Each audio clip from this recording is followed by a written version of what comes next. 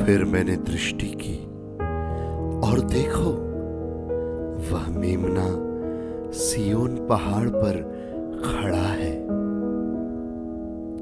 और उसके साथ 1,44,000 जन है, जिनके माथे पर उसका और उसके पिता का नाम लिखा हुआ है।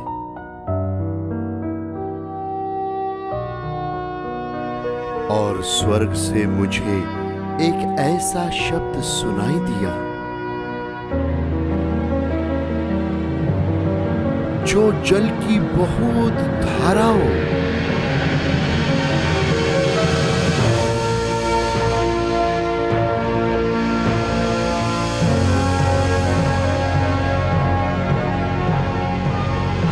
और बड़े गर्जन का सा शब्द था।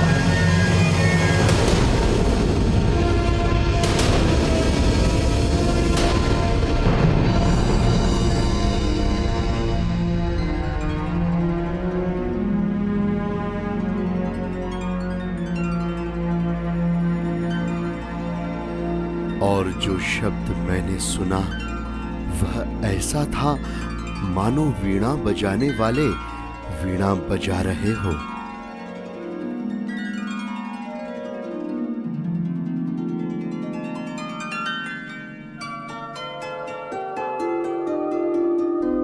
वे सिंहासन के सामने और चारों प्राणियों और प्राचीनों के सामने एक नया गीत गा रहे थे। उन 1,44,000 जनों को छोड़ जो पृथ्वी पर से मोल लिए गए थे, कोई वह गीत न सीख सकता था। ये वे हैं जो स्त्रियों के साथ अशुद्ध नहीं हुए पर कुंवारे हैं। ये वे ही है कि जहां कहीं मेमना जाता है वे उसके पीछे हो लेते हैं।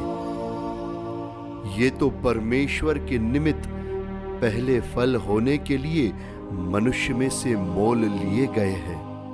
उनके मुंह से कभी झूठ न निकला था। वे निर्दोष हैं।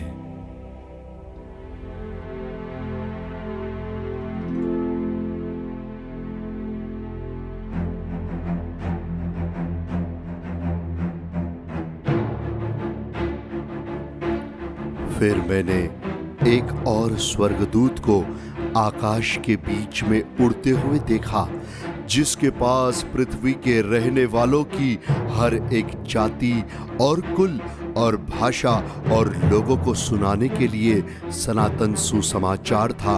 उसने बड़े शब्द से कहा, परमेश्वर से डरो और उसकी महिमा करो, क्योंकि उसके न्याय करने का समय आ पहुंचा है। और उसका भजन करो जिसने स्वर्ग और पृथ्वी और समुद्र और जल के सूते बनाए। फिर इसके बाद एक और दूसरा स्वर्गदूत यह कहता हुआ आया, गिर पड़ा, वह बड़ा बेबीलोन गिर पड़ा, जिसने अपने व्यभिचारी कोपमय मदिरा सारी जाति को भुलाई।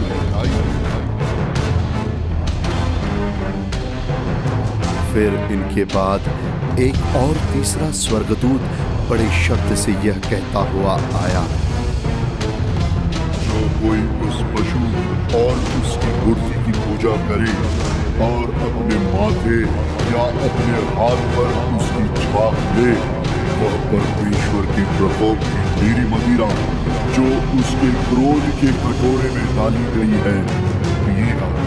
और पवित्र स्वर्गदूतों के सामने और मेमने के सामने आग और गंधक की पीड़ा में पड़ेगा। उनकी पीड़ा का धुआं युगानुयुग उठता रहेगा। और जो उस पशु और उसकी मूर्ति की पूजा करते हैं और जो उसके नाम की छाप लेते हैं, उनको रात दिन चैन न मिलेगा।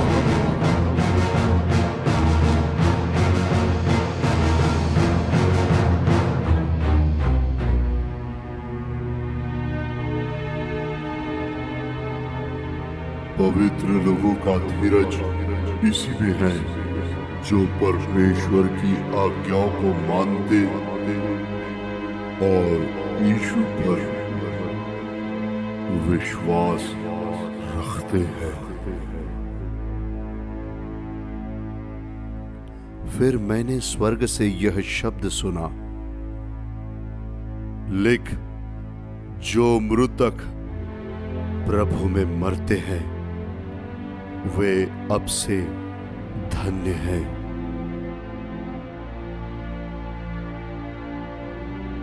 आत्मा कहता है हाँ,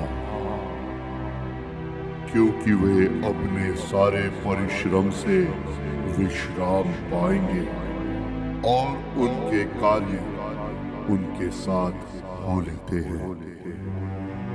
मैंने दृष्टि की और देखो, एक उजला बादल है और उस बादल पर मनुष्य के पुत्र के सरीखा कोई बैठा है, जिसके सिर पर सोने का मुकुट और हाथ में चोखा हसुआ है।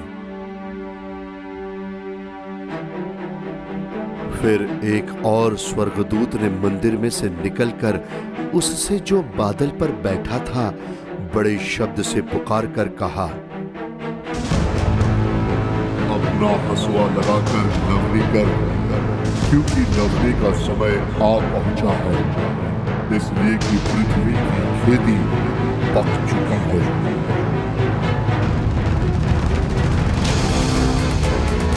अतः जो बादल पर बैठा था उसने पृथ्वी पर अपना हसुआ लगाया और पृथ्वी की नवनी की गई।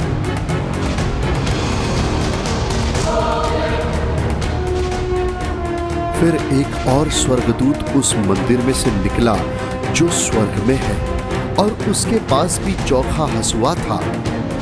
फिर एक और स्वर्गदूत जिसे आग पर अधिकार था वेदी में से निकला, और जिसके पास चोखा हसुआ था उससे ऊंचे शब्द से कहा, अपना चोखा हसुआ लगाकर पृथ्वी की दाखलता के गुच्छे काट दे, क्योंकि उसकी दाख पक चुकी है। तब उस स्वर्गदूत ने पृथ्वी पर अपना हसुआ लगाया और पृथ्वी की दाखलता का फल काटकर अपने परमेश्वर के प्रकोप के बड़े रसकुंड में डाल दिया, और नगर के बाहर उस रसकुंड में दाख रौंदे गए, और रसकुंड में से इतना लहू निकला कि घोड़ों की लगामों तक पहुंचा और 100 कोस तक बह गया।